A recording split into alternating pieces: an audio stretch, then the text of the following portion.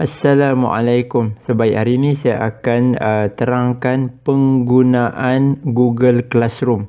Okey, penggunaan Google Classroom di telefon atau tab. Okey. So jadi langkah yang pertama, kita buka Play Store dan kita type lah Google Classroom dan kita install. Okey. So, kita install.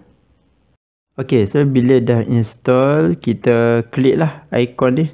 So Classroom, kita klik app dia. Classroom. Okey, kalau kita dah daftarkan email anak kita di dalam telefon atau tab yang kita gunakan. So bila kita tekan get started ni, kita boleh pilih email dia lah, email yang kita dah register. So kita tekan ada email yang kita dah register. Kalau belum ada, kita tekan add account dan kita masukkanlah email yang diberikan. Okay, so email ni kita semua murid akan dapat. Okay, so semua murid akan ada. Jadi kita masukkan email, kita masukkan password dia.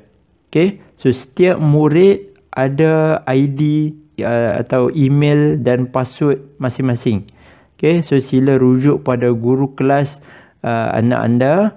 So dia dapatkan email, masukkan email dan password dan kita akan boleh login lah. Okey, selepas kita login masuk menggunakan email ID murid, so kita dah masuk. So, memang tak ada apa-apa lagi sebab kita belum masuk dalam kelas. So cara untuk masuk kelas murid tu atau anak kita, kelas anak kita tekan button tambah di bawah ni. Okey, so button dekat bawah sebelah kanan. Okey, join class.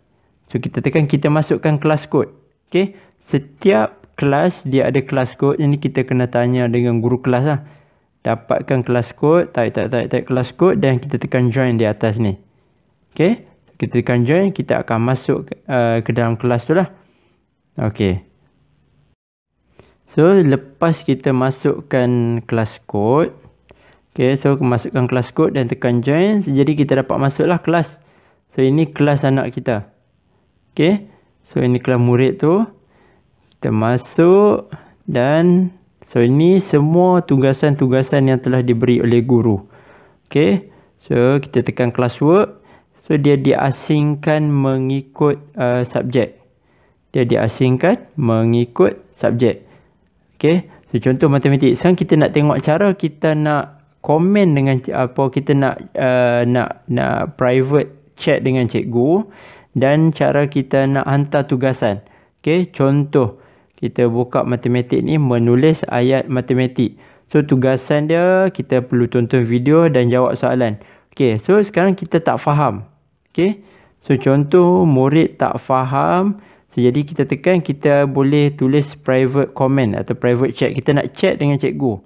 Okey, nak tanya soalan atau sebarang pertanyaan, kita boleh tekan kat sini. So add private comment.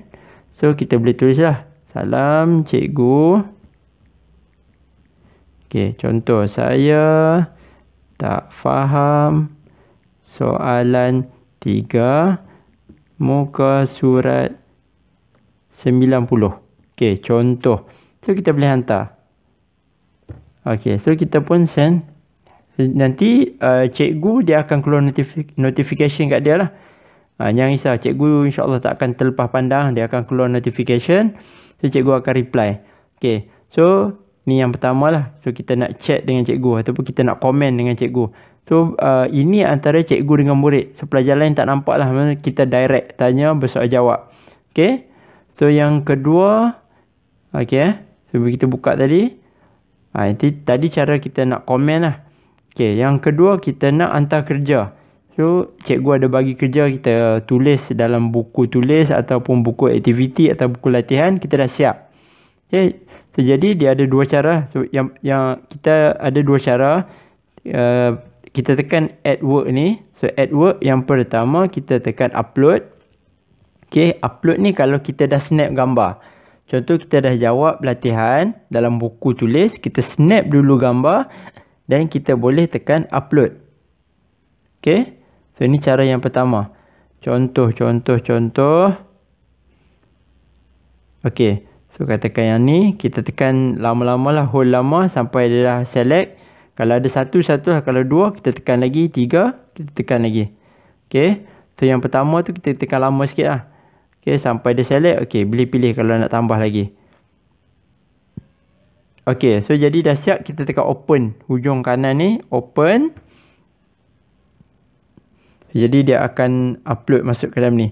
So, semua tu bergantung pada kelajuan internet dan kelajuan telefon atau tab yang kita guna lah. So, kalau telefon yang canggih dan internet yang laju, cepatlah sikit dia upload. Okay, so jadi so jadi kerja tadi dah masuk, nampak? Okay, dah ada. Okay, cara yang kedua, kita tekan juga yang sama, add work. Ini kalau kita tak snap gambar awal-awal, kita boleh tekan kamera. Okay, kita boleh tekan kamera ni. Kita tekan kamera, so jadi kamera dia akan on, kita snap gambar. Okay, kita snap gambar dan kita boleh upload. Okay, so contoh ini yang dah siap. Okay, dah siap, kita tekan hand in. Okay, tekan hand in. Okay, so jadi dia akan tanyalah, attach will submitted. Okay, hand in, tekan.